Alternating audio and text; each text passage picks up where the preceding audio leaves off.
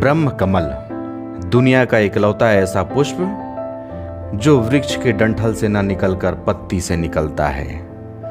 अद्भुत, अकल्पनीय। इस पुष्प के दर्शन बड़े भाग्य से मिलते हैं।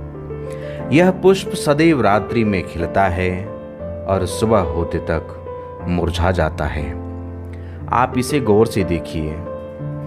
पत्ती से इस पुष्प की डंठल जुड़ी हुई है। आप